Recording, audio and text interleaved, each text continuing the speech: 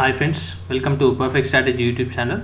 So మనము for every competitive exam use అయ్యే విధంగా జనరల్ సైన్స్లో ఫిజిక్స్ సబ్జెక్ట్ చూస్తున్నాము. ఆల్రెడీ మనము క్లాస్ 1 అండ్ క్లాస్ 2 కంప్లీట్ చేసుకున్నాము.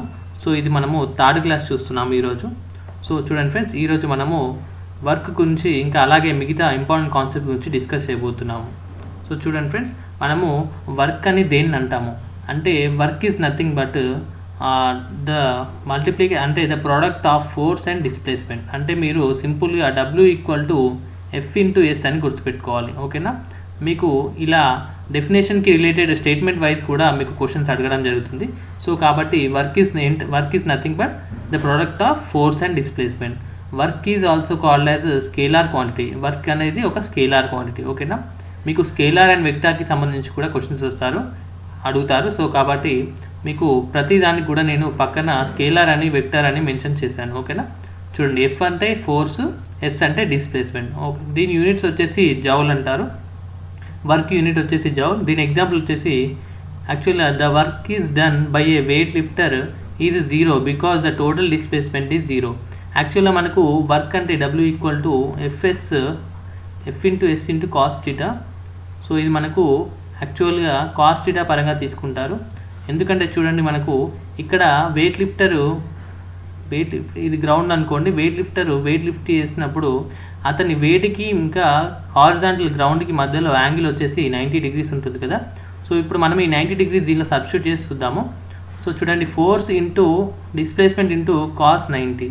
మనకు cos 90 వాల్యూ ఎంత ఫ్రెండ్స్? మనకు 0, అంతే కదా. సో F/S మనకు ఇంటూ 0 చేస్తే మనకు టోటల్గా 0 వస్తుంది.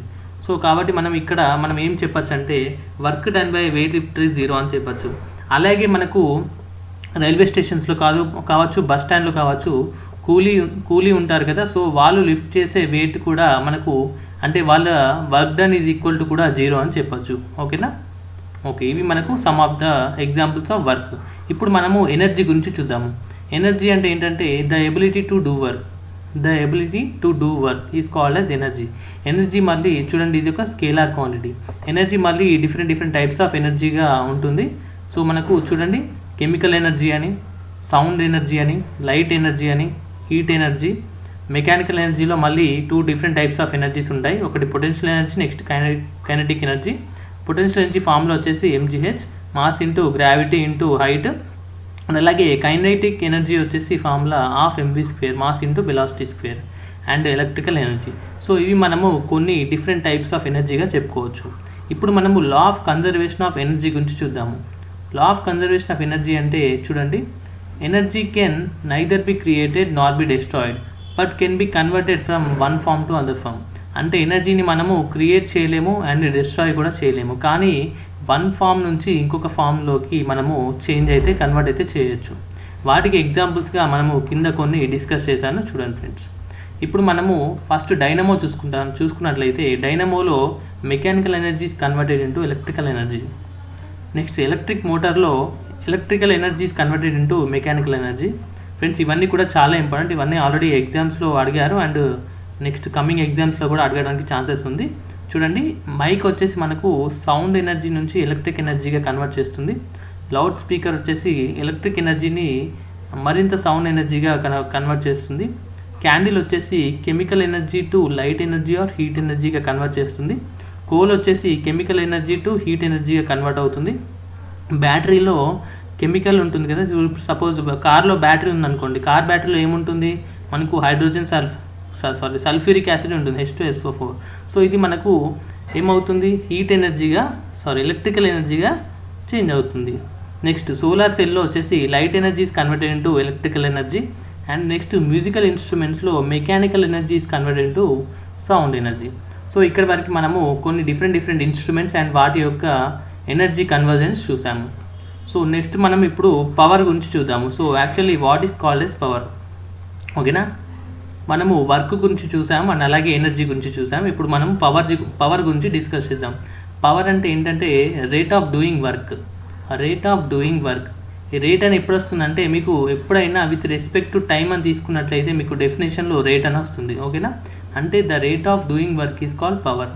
దీని యూనిట్స్ వచ్చేసి జౌల్ పర్ సెకండ్ లేదా వాట్ అని కూడా అనొచ్చు. ఓకేనా, మీకు ఎగ్జామ్స్లో ఒక్కొక్కసారి వాటికి బదులుగా జౌల్ పర్ సెకండ్ని ఆప్షన్స్లో ఇస్తారు. సో కాబట్టి రెండు కూడా గుర్తుపెట్టుకోండి. చూడండి, దీనికి కొన్ని వాల్యూస్ ఉంటాయి. 1 kWh equal to 1 into kilo అంటే 10⁻³ కదా, joules per second into 3600. kWh అంటే 3600 మనకు ఉంటుంది. సో సెకండ్స్ కంప్లీట్ క్యాన్సిల్ చేస్తే మనకు 3.6 ఇంటూ 10⁶ జౌల్స్ అయితే వస్తుంది ఫ్రెండ్స్. ఇంకా 1 యూనిట్ అని మనం ఎలా చెప్పుకోవచ్చు అంటే 1 యూనిట్ అవర్ 1 kWh అంటే మీకు ఎగ్జామ్లో ఇది అడుగుతారు value. 1 kWh equal to how much joules అంటారు, 3.6 ఇంటూ 10⁶ జౌల్స్ అని గుర్తుపెట్టుకోండి. ఓకేనా. నెక్స్ట్ ఫ్రిక్షన్ కాన్సెప్ట్ చూద్దాం. ఇప్పుడు ఫ్రిక్షన్ కాన్సెప్ట్ అనేది చాలా ఇంట్రెస్టింగ్గా ఉంటుంది. ఎందుకంటే చూడండి, the resistive force between two bodies in contact and moving relative to one another. అంటే ఏవైనా టూ బాడీస్ కాంటాక్ట్లో ఉండి అండ్ వాటి మధ్యలో కనుక మూమెంట్కి సంబంధించి రిలేషన్ కనుక ఉన్నట్లయితే దాన్ని ఏమంటారంటే ఫ్రిక్షన్ ఫోర్స్ అంటారు. అంటే సపోజ్ చూడండి, ఇప్పుడు ఇది మనం రోడ్ ఉంది కదా, సో రోడ్డు పైన మనము వాక్ చేస్తున్నామంటే దానికి కారణం వచ్చేసి కూడా ఫ్రిక్షన్. ఎందుకంటే రోడ్డు పైన మనకు స్టోన్స్ అవన్నీ ఉంటాయి కదా, సో దానివల్ల మనం నడవగలుగుతున్నాం. అదే మనకు రోడ్ అనేది స్మూత్గా ఉంటే మనము నడవలేము. సో ఇదే కాన్సెప్ట్ ఫ్రెండ్స్, దీన్నే మనము ఫ్రిక్షన్ అంటున్నాం. ఇక్కడ ఏంటంటే చూడండి, మనకు దీనిలో మళ్ళీ 3 డిఫరెంట్ టైప్స్ ఆఫ్ ఫ్రిక్షన్స్ ఉంటుంది. ఒకటి static friction, next kinetic friction and third one వచ్చేసి రోలింగ్ ఫ్రిక్షన్. సో ఈ 3 డిఫరెంట్ టైప్స్ ఆఫ్ ఫ్రిక్షన్స్లో దీని వాల్యూస్ ఎలా ఉంటాయంటే చూడండి, మనం మ్యూతో డినోట్ చేస్తాం ఫ్రిక్షన్ని. సో మ్యూఎస్ అంటే static friction is always greater than, kinetic friction is greater then rolling friction. Friends, friction అనే కాన్సెప్ట్ అర్థమైంది అనుకుంటున్నాను. ఏం లేదు ఫ్రెండ్స్, మనము వాక్ చేస్తున్నామంటే దానికి కారణం ఫ్రిక్షన్. ఒకవేళ ఫ్రిక్షన్ కనుక లేకపోతే మనం వాక్ చేయలేము. అంటే ఇప్పుడు రోడ్డు పైన వెహికల్స్ వెళ్ళాలంటే కూడా ఫ్రిక్షన్ ఉండాలి. ఓకేనా, లేకపోతే వెహికల్స్ అనేవి స్కిడ్ అవుతుంటాయి. Okay, friction does not always oppose motion, it helps in starting motion, sustain motion and stopping motion. అంటే ఫ్రిక్షన్ ఆల్వేస్ అంటే ఎప్పుడు మోషన్కి ఆపోజిట్గా ఉండదు, అంటే ఆపదు మూమెంట్ని. అది స్టార్టింగ్ కోసం యూజ్ అవుతుంది. అలాగే రోడ్డు పైన సపోజ్ ఎగ్జాంపుల్ తీసుకున్నట్లయితే రోడ్డు పైన అలాగే వెహికల్ అనేది వెళ్ళడానికి యూజ్ అవుతుంది. అండ్ వెహికల్ని స్టాప్ చేయడానికి బ్రేక్స్ అప్లై చేసినప్పుడు వెహికల్ స్టాప్ అవుతుందంటే కూడా దానికి కారణం ఫ్రిక్షనే. ఓకేనా.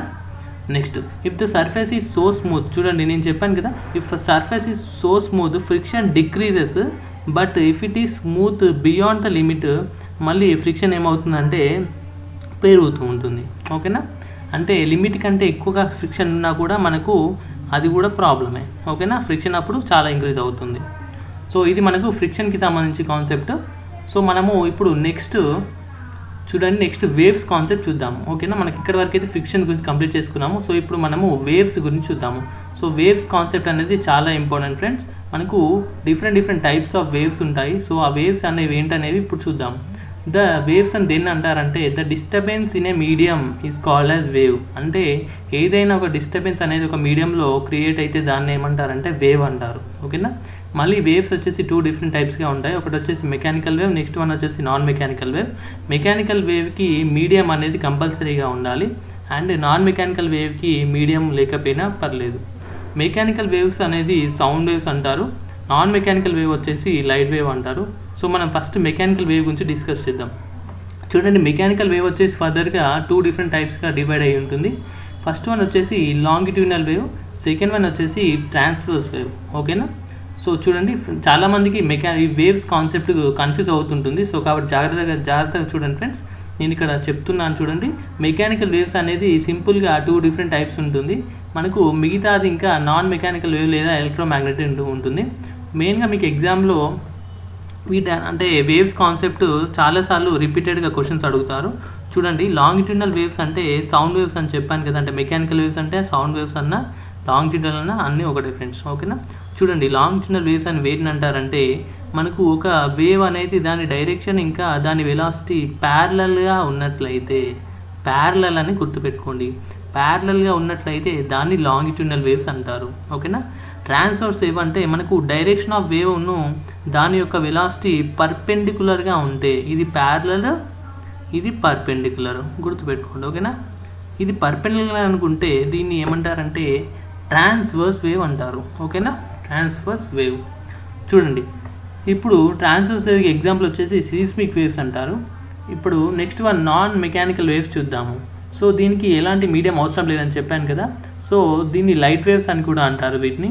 దీనికి యాక్చువల్గా ఎలక్ట్రోమాగ్నెటిక్ వేవ్స్ అంటారు ఫ్రెండ్స్. ఓకేనా, ఎలక్ట్రోమాగ్నెటిక్ వేవ్స్ అని వేటిని అంటారంటే మనము నాన్ మెకానికల్ వేవ్స్ని ఎలక్ట్రోమాగ్నెటిక్ వేవ్స్ అంటారు. Do not require medium. ఇవి ఎలాంటి వేవ్స్ అంటే రేడియో వేవ్స్ ఒకటి, ఎక్స్రేస్ ఒకటి, ఇలాంటి వేవ్స్ అనమాట. నెక్స్ట్ మరి వీనికి మీడియం లేకపోతే ఎలా ట్రావెల్ చేస్తాయంటే ఇది వ్యాక్యూమ్లో ట్రావెల్ చేస్తుంది. వ్యాక్యూమ్ అంటే నథింగ్ బట్ మనకు ఎలాంటి అట్మాస్ఫియర్ లేకుండా ఉండడమే వ్యాక్యూమ్ అంటారు. ఓకేనా. నెక్స్ట్ వన్, ఇప్పుడు ocean waves are a combination of longitudinal and transverse. అంటే మనకు లాంగిట్యూడినల్ అంటే ప్యారలల్గా మరియు ట్రాన్స్ఫర్స్ అంటే పర్పెండిక్యులర్గా. సో ఇవి రెండింటి కాంబినేషనే మనము ఓషన్ వేవ్స్ అని చెప్పుకోవచ్చు ఫ్రెండ్స్. ఓకేనా. నెక్స్ట్ ఇప్పుడు మనం లైట్ కాన్సెప్ట్ చూద్దాము. సో లైట్ కాన్సెప్ట్ వచ్చేసి చూడండి, light is a form of energy. So ఇది కూడా ఒక ఫార్మ్ ఆఫ్ ఎనర్జీ కదా. ఇది form of energy propagated as electromagnetic wave. అంటే మనం ఇప్పుడు డిస్కస్ చేసాం కదా, లైట్ అనేవి ఎలక్ట్రోమాగ్నెటిక్ వేవ్స్గా మనము ట్రీట్ చేయొచ్చు. ఎందుకంటే అవి ఎలాంటి మీడియం కూడా వాటికి అవసరం లేదు అవి ట్రావెల్ చేయడానికి. దీని స్పీడ్ వచ్చేసి చూడండి, లైట్ ఆఫ్ స్పీడ్ అని మీకు ఎగ్జామ్లో అడిగితే 3 × 10⁸ మీటర్/సెకండ్ అని గుర్తుపెట్టుకోండి. 3 × 10⁸ మీటర్/సెకండ్. ఓకేనా. చూడండి ఇవి transverse waves and it takes చూడండి మన అర్త్ పైన సన్లైట్ రీచ్ అవ్వడానికి 8 minutes 19 seconds అనే టైం పడుతుంది. అలాగే మూన్ పైన లైట్ రీచ్ అవ్వడానికి మూన్ లైట్ అనేది అర్త్ పైన రీచ్ అవ్వడానికి 1.28 seconds టైం పడుతుంది. ఈ వాల్యూస్ గుర్తుపెట్టుకోండి friends, important. 8 minutes 19 seconds earth వచ్చేసి, మూన్ వచ్చేసి 1.28 seconds. నెక్స్ట్ ఇప్పుడు రిఫ్లెక్షన్ చూద్దాము. సో మనకు లైట్లో మెయిన్గా 2 కాన్సెప్ట్స్ ఉంటాయి. ఒకటి రిఫ్లెక్షన్, ఇంకోటి రిఫ్రాక్షన్. రిఫ్లెక్షన్ అంటే ఏంటంటే ఎప్పుడైనా ఒక లైట్ నార్మల్ పైన ఇన్సిడెంట్ అయినట్లయితే అది మనకు మళ్ళీ సేమ్ మీడియంలో అదే యాంగిల్తో రిఫ్లెక్ట్ కనుక అయితే దాన్ని ఏమంటారంటే రిఫ్లెక్షన్ అంటారు. ఓకేనా. అంటే నథింగ్ బట్ సింపుల్గా ఏంటంటే చూడండి, ఇక్కడ angle of incidence is equal to angle of reflection. I అంటే ఇన్సిడెన్స్, ఆర్ అంటే రిఫ్లెక్షన్. అంటే ఇక్కడ రెండు యాంగిల్స్ కూడా ఈక్వల్గా ఉన్నాయి. సో దీన్నే ఏమంటున్నాం మనము, రిఫ్లెక్షన్ అంటున్నాము. సో దీన్ని మనం లా ఆఫ్ రిఫ్లెక్షన్ అని కూడా అనొచ్చు. ఓకేనా. నెక్స్ట్ ఇది దేనికి అప్లికేబుల్ అంటే applicable to rough and smooth surfaces. ఓకేనా, రెండింటికి కూడా అప్లికేబుల్. ఇంకా నెక్స్ట్ రిఫ్రాక్షన్ చూద్దాము. సో రిఫ్రాక్షన్ వచ్చేసి మనము దేన్ని అంటామంటే ఇలా డైరెక్ట్గా రిఫ్లెక్ట్ అవ్వకుండా ఏమవుతుందంటే లైట్ రే అనేది బెండ్ అవుతుంది. The bending of light when it moves from one medium to other medium. Friends medium అంటే ఇదొక మీడియం అనుకోండి, ఇదొక మీడియం అనుకోండి, ఇది ఇలా అన్నమాట. ఓకేనా. ఇప్పుడు మనం ఒక మీడియం నుంచి ఇంకో మీడియంకి లైట్ పంపిస్తున్నప్పుడు లైట్ అనేది చూడండి ఇక్కడ ఇన్సిడెంట్ అవుతుంది, మళ్ళీ తర్వాత ఇలా బెండ్ అవుతుంది అన్నమాట టువర్డ్స్ నార్మల్. అంటే నార్మల్ వైపు ఇలా బెండ్ అవుతూ ఉంటుంది, ఇదన్నమాట. అంటే సింపుల్గా ఎయిర్ నుంచి వాటర్లోకి ఒక లైట్ పంపించారనుకోండి, అప్పుడు ఏమవుతుంది, లైట్ అనేది బెండ్ అవుతుంది. సో దీన్నే రిఫ్రాక్షన్ అంటారు. ఓకేనా. నెక్స్ట్ వన్, ఇప్పుడు మనము టోటల్ ఇంటర్నల్ రిఫ్లెక్షన్ కాన్సెప్ట్ చూద్దాము. ఓకేనా. సో ఇది కూడా మనకు లైట్కి రిలేటెడ్ కాన్సెప్టే. చూడండి, టోటల్ ఇంటర్నల్ రిఫ్లెక్షన్ అనేది మనము జనరల్గా డైమండ్స్లో చూస్తుంటాము. సో డైమండ్ అనేది మనకు ఎందుకు అంత బ్రైట్గా అంత మనకు లైట్ అనేది షైన్ అవుతుంది అంటే దానికి కారణం వచ్చేసి టోటల్ ఇంటర్నల్ రిఫ్లెక్షన్. సో దీని మీద మీకు బేస్ అయ్యి చాలాసార్లు ఎగ్జామ్స్లో క్వశ్చన్స్ కూడా అడిగారు టోటల్ ఇంటర్నల్ రిఫ్లెక్షన్ పైన. సో ప్రతి ఎగ్జామ్లో టీఐఆర్ గురించి అడుగుతున్నారు. చూడండి, if light is travelling from denser medium to rarer medium and the angle of incidence is more than the critical angle, then the light is reflected back into the denser medium. అంటే చూడండి, ఇప్పుడు మనము ఒక light అనేది ఇది rarer అనుకోండి, ఇది denser, అంటే అంతే కదా. ఎయిర్ అనేది మనకు రేరర్ మీడియం, వాటర్ అనేది డెన్సర్ మీడియం, అంతే కదా. ఇప్పుడు మనము డెన్సర్ మీడియం నుంచి ఒక లైట్ పంపిస్తున్నాము, అది ఏమవుతుందంటే మళ్ళీ సేమ్ డెన్సర్ మీడియంలోకే వస్తుంది. అంటే ఇది రేరర్ మీడియంలోకి వెళ్ళట్లేదు, మళ్ళీ డెన్సర్ మీడియంలోకే వస్తుంది. అంటే దీన్నే మనం ఏమంటున్నామంటే చూడండి, ఇక్కడ angle of incidence is more than the critical angle. అంటే మనకు క్రిటికల్ యాంగిల్ కంటే ఎక్కువగా ఉంటుంది, i is greater than theta. ఓకేనా. సో కాబట్టి దీన్ని టీఐఆర్ అన్నాం, total internal reflection. It is observed in diamond. ఒకటి ఆప్టికల్ ఫైబర్స్ ఉంటాయి కదా, బ్రాడ్బ్యాండ్. సో దాంట్లో వాడే ఫినామినా ఏంటంటే టోటల్ ఇంటర్నల్ రిఫ్లెక్షన్. ఓకేనా ఫ్రెండ్స్, అర్థమైంది అనుకుంటున్నాను. నెక్స్ట్ మనం ఇప్పుడు పోలరైజేషన్ గురించి చూద్దాము. So what is polarization? The unidirectional property of light is known as polarization. అంటే లైట్ అనేది డిఫరెంట్ డైరెక్షన్స్లో వెళ్తూ ఉంటుంది కదా, సో దాన్ని మనము ఒక సపోజ్ ఒక ఆబ్జెక్ట్ యూజ్ చేసి దాన్ని స్ట్రేట్గా చేసాము అంటే పోలరైజ్ చేసాము అనుకోండి, దాన్నే పోలరైజేషన్ అంటారు. ఓకేనా. The transverse nature of light is proved using polarization. అంటే ఇప్పుడు దీని నేచర్ ఎట్లాంటిది అంటే లైట్ నేచర్ యాక్చువల్గా ట్రాన్స్వర్స్ నేచర్ కదా, సో దీన్ని ఎలా ప్రూవ్ చేస్తున్నామంటే మనము పోలరైజేషన్ ద్వారా ప్రూవ్ చేస్తున్నాము. చూడండి దీని కాన్సెప్ట్ వచ్చేసి మనకు ఎక్కడెక్కడ యూజ్ అవుతుందంటే 3D ఫిలిమ్స్ ఉంటాయి కదా, 3D ఫిలిమ్స్. సో ఈ 3D ఫిలిమ్స్లో పోలరైజేషన్ కాన్సెప్ట్ అనేది యూజ్ చేస్తారు. ఎలాగంటే మీరు 3D గ్లాసెస్ పెట్టుకుంటారు కదా, సో మూవీ చూసినప్పుడు 3D మూవీ, సో అప్పుడు ఏమవుతుంది ఫ్రెండ్స్, మీరు ఎప్పుడైనా అబ్జర్వ్ చేయండి, 3D గ్లాసెస్ తీసి చూడండి, మీకు ఇలా ఒక లేయర్ పైన ఒక లేయర్ అనేది ఇలా మూవీ కనబడుతుంది.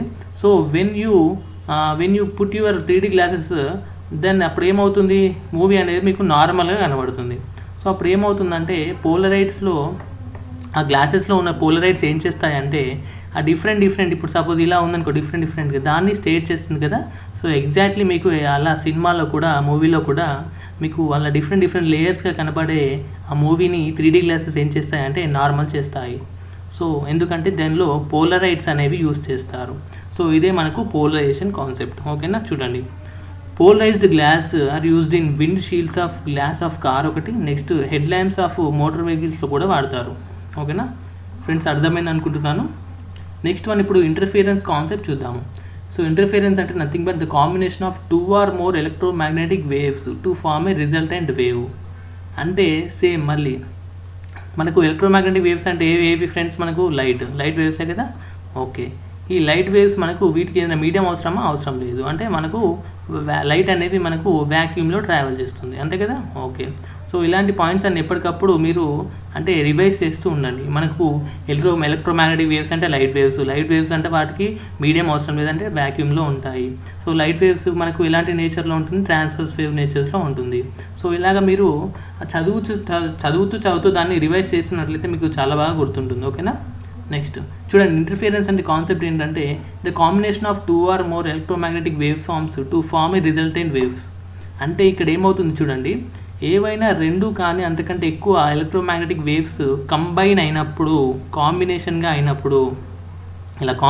అయినప్పుడు దాని యొక్క రిజల్టెంట్ వేవ్ని ఏమంటారంటే ఇంటర్ఫియరెన్స్ అంటారు. ఓకేనా. చూడండి ఇది మనము ఎక్కడెక్కడ అబ్జర్వ్ చేస్తామంటే కలర్ ఫ్రమ్ ఆయిల్ ఫిలిమ్స్. మీరు ఎప్పుడైనా రోడ్ పైన అబ్జర్వ్ చేసినట్లయితే ఆయిల్ కనుక స్పిల్ అవుతుంది కదా, సో అప్పుడు మేము ఆయిల్ స్పిల్ పైన దానిపైన మీకు డిఫరెంట్ కలర్స్ కనపడతాయి కదా. సో అది దేనికి ఎగ్జాంపుల్ అంటే ఇంటర్ఫియరెన్స్కి ఎగ్జాంపుల్. నెక్స్ట్ వన్ వచ్చేసి సోప్ బబుల్స్ ఉంటుంది కదా. సో సోప్ బబుల్ మీరు అబ్జర్వ్ చేసినట్లయితే దానిలో రెయిన్బో కలర్స్ కనబడతాయి, అదెందుకంటే అది కూడా ఇంటర్ఫియరెన్స్కి example. Next colour of wings of certain species. అంటే సపోజ్ ఇక్కడ స్పీషీస్ అని రాసుకోండి. సో మనకు సపోజ్ దీని ఎగ్జాంపుల్ వచ్చేసి బటర్ఫ్లై. సో బటర్ఫ్లై యొక్క వింగ్స్ అనేవి మనకు డిఫరెంట్ కలర్స్గా ఎందుకు కనబడతాయి అంటే due to the concept of again interference. ఓకేనా ఫ్రెండ్స్, ఇక్కడి వరకు అయితే మనము ఇంటర్ఫియరెన్స్ వర్క్ చూసాము. సో మనం మిగతాది నెక్స్ట్ క్లాస్లో కంటిన్యూ చేద్దాం ఫ్రెండ్స్. సో ఫ్రెండ్స్ ఇలాగే ప్రతి క్లాస్ కూడా చూస్తూ జాగ్రత్తగా నోట్స్ ప్రిపేర్ చేసుకోండి. అండ్ అలాగే ఎగ్జామ్ ఇంకా నెక్స్ట్ మంత్లో ఎండింగ్ వరకు షెడ్యూల్ అయితే అవ్వచ్చు. సో మ్యాక్సిమం ఎగ్జామ్స్ కాబట్టి రివైజ్ చేస్తూ ఉండండి. సో ఇంకా ఎవరైనా టెలిగ్రామ్ గ్రూప్లో జాయిన్ అవ్వనట్లయితే కింద డిస్క్రిప్షన్లో లింక్ ఇస్తాను, దానిపైన క్లిక్ చేసి టెలిగ్రామ్ గ్రూప్లో జాయిన్ అవ్వచ్చు. అలాగే మీకు ఏమైనా డౌట్స్ ఉంటే కింద కామెంట్ సెక్షన్లో కామెంట్ చేయండి. వీడియో కనుక నచ్చినట్లయితే వీడియోని లైక్ చేయండి ఫ్రెండ్స్. అండ్ అలాగే మీ ఫ్రెండ్స్ అండ్ సోషల్ మీడియాలో షేర్ చేయండి. ఇంకా ఛానల్ కనుక సబ్స్క్రైబ్ చేసుకున్నట్లయితే కింద రెడ్ కలర్ బటన్ ఉంటుంది, దాన్ని క్లిక్ చేసి పక్కన బెల్ని క్లిక్ చేసి ఆల్ అని సెలెక్ట్ చేసుకోండి. సో దట్ నేను పెట్టే ప్రతి ఒక్క క్లాస్ వీడియో మీకు మిస్ అవ్వకుండా నోటిఫికేషన్స్ మీ ఫోన్లో వస్తూ ఉంటాయి. ఓకేనా. So that's all for this class friends. Thank you friends. Have a nice day.